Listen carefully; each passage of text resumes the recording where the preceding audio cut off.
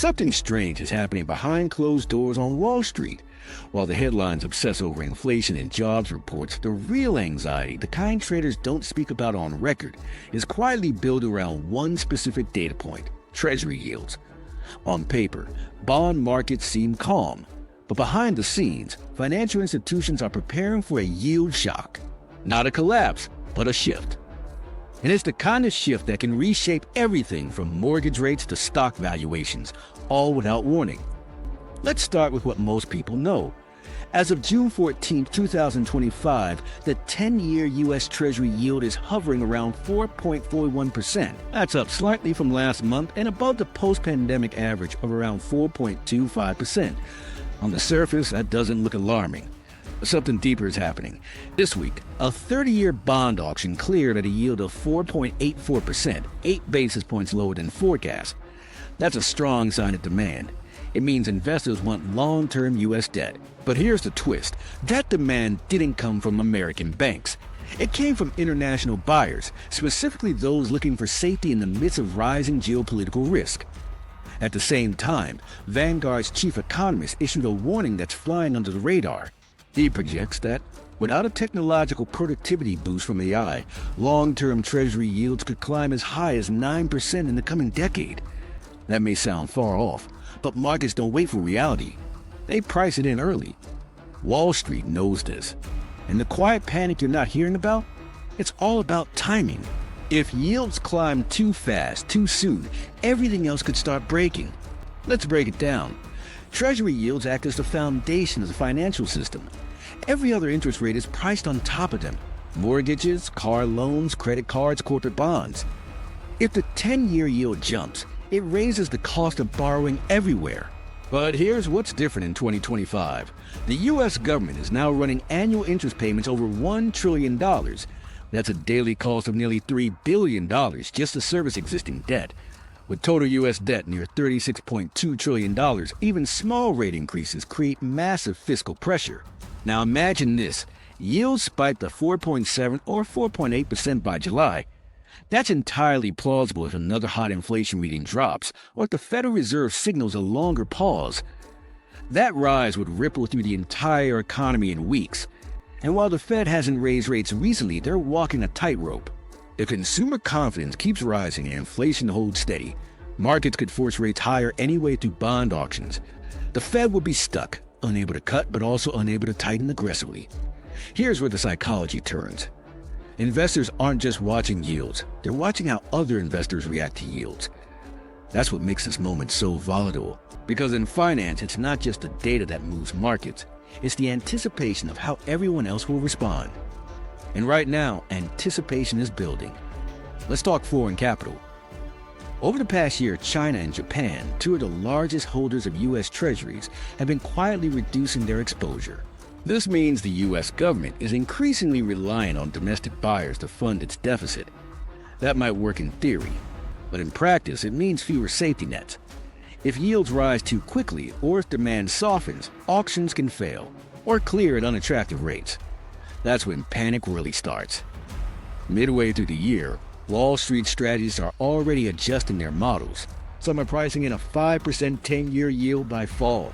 Others are hedging their portfolios with long-dated puts or rotating into cash-heavy positions. And here's a little-known but vital piece of context. The U.S. Treasury will be issuing over $1.5 trillion in new debt this summer alone. That's on top of existing rollover maturities, which means more supply, just as demand is becoming more selective.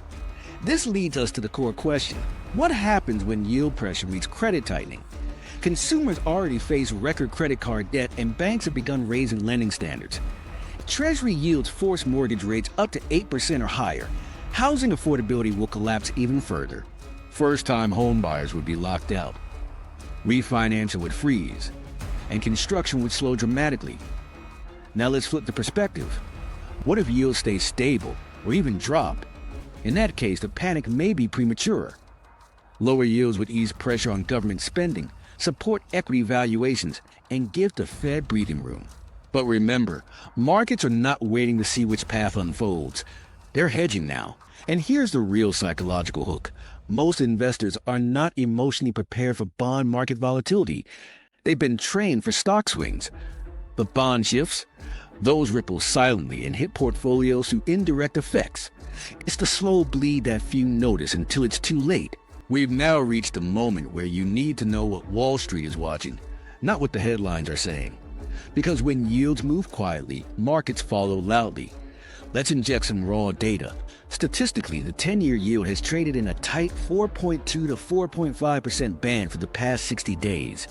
But historical volatility suggests that this calm rarely lasts. In 2022, similar conditions led to a 70 basis point breakout in just 3 weeks. If that repeats, we could see yields over 5% by mid-July. That would shatter confidence in growth stocks, real estate, and speculative assets. Already, we're seeing institutional investors rotate into cash equivalents, short-term treasuries, high-yield savings, and money market funds. Money market assets hit an all-time high last week, signaling risk-off sentiment across the board. But here's the twist most people miss. High yields don't kill the market. They compress it. They force reallocation. They reward discipline. The winners in a high-yield world aren't always the ones with growth. They're the ones with leverage control, pricing power, and cash flow. This means savvy investors aren't waiting for yields to move. They're already adjusting, trimming risk, shortening duration, and recalibrating exposure to debt-heavy sectors. Now zoom out and think about the bigger picture. Every financial crisis in modern history has had one common thread, a silent pressure point that built over time.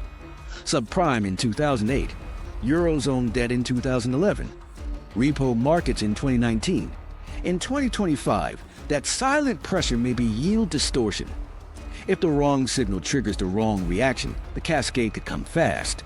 So what should you be watching? Start with Treasury auction coverage ratios. If they begin to fall, indicating weak demand, expect yields to rise faster. Watch foreign central bank activity. If they offload Treasuries aggressively, that's a red flag. And track credit default swap spreads on U.S. debt. Rising spreads mean rising fear. Because while the headlines focus on jobs and inflation, the real story may be unfolding in the yield curve. This isn't a prediction of collapse. It's a call to awareness. Because when the foundation of your financial system starts to shift, even quietly, you want to be among the first to notice. Stay sharp, track the data, watch sentiment. Here's another layer that few are discussing: corporate refinancing.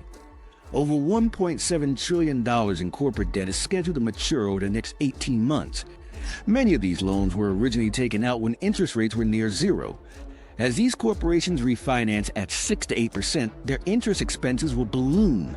That means lower profits, reduced buybacks, and less hiring. In some cases, it may even lead to layoffs or emergency asset sales. Private equity firms are particularly exposed. They built leverage deals over the past decade based on ultra-cheap capital. Now, with yields rising, those balance sheets are getting squeezed. If deal flow dries up or valuations compress further, it could ripple through the entire M&A ecosystem.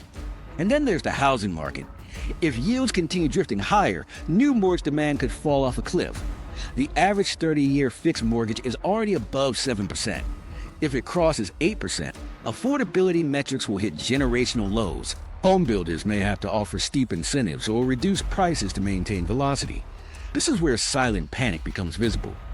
When Wall Street adjusts models and hedges, the public doesn't see it. But when it hits jobs, housing, and lending, the ripple is felt everywhere. If you're the kind of investor who wants to stay 3 steps ahead of Wall Street's next move, make sure you subscribe right now.